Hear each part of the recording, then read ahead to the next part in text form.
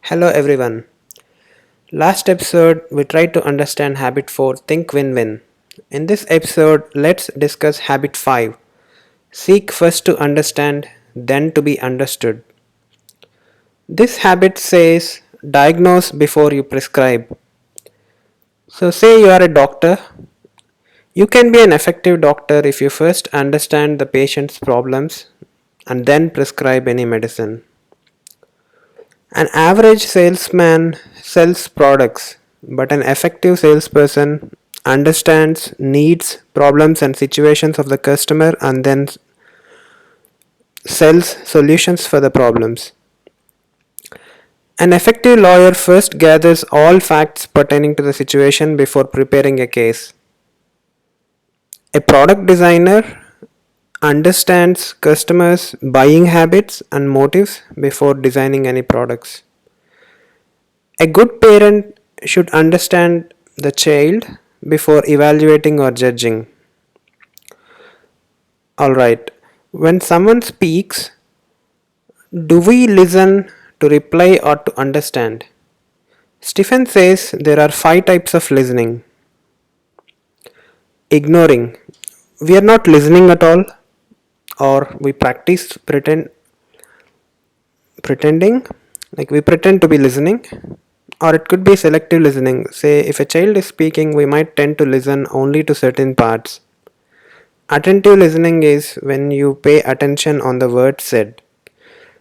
The fifth and the highest form of listening is called empathic listening. Empathic listening is listening with an intent to understand the other person. It's listening from another person's frame of reference. We understand how they feel.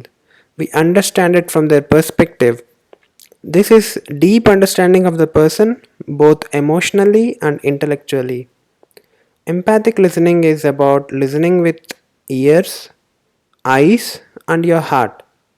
So you listen for feeling, for meaning, you observe their body language, and also try to understand the deep intent. Normally, we tend to listen according to our perspective. So we might respond in one of the 4 ways below. We either agree or disagree with the person. We probe them by asking more questions from our own frame of reference. We counsel them based on our own experience. Or we try to explain their motives and behaviors based on our motives and behavior. Let's get into more detailed discussion about empathic listening. So there are different stages to empathic listening. So there are 4 stages of empathic listening. Let's see with an example. A child talks to his dad. He says, "Dad, I have had it. School is for the birds." So how if the parent is an active or reflective listener, he will just repeat back the content of what was being said. So the parent would say, "You have had it. You think school is for the birds."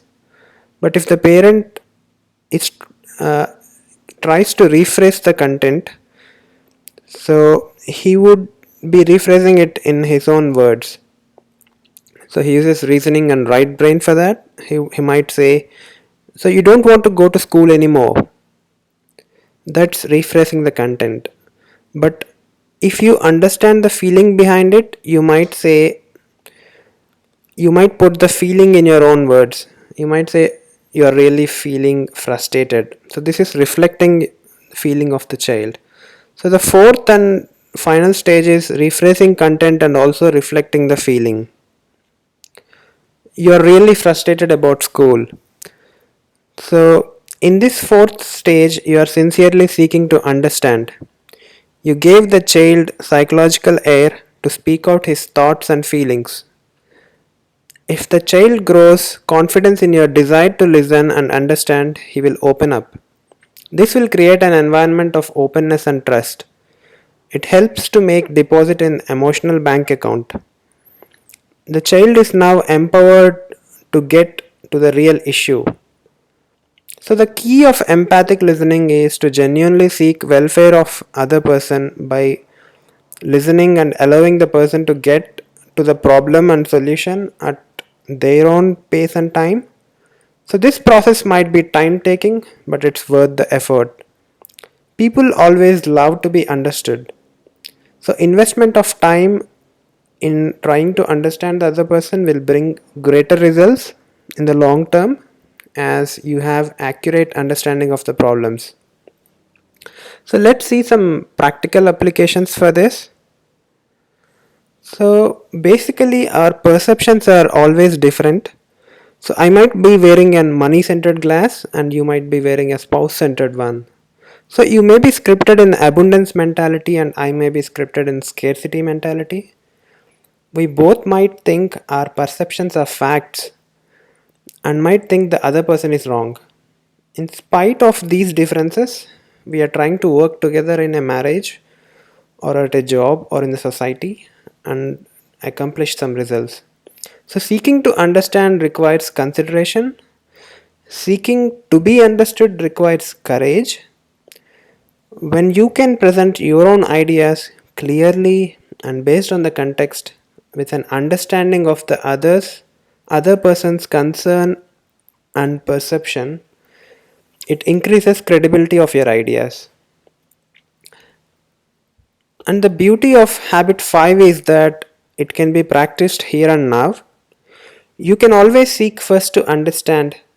So it's in your circle of influence. So if you try to deeply understand other people, you give people their psychological air. As you really listen, you might become influenceable. But being influenceable is key to influencing others. You can expand your circle.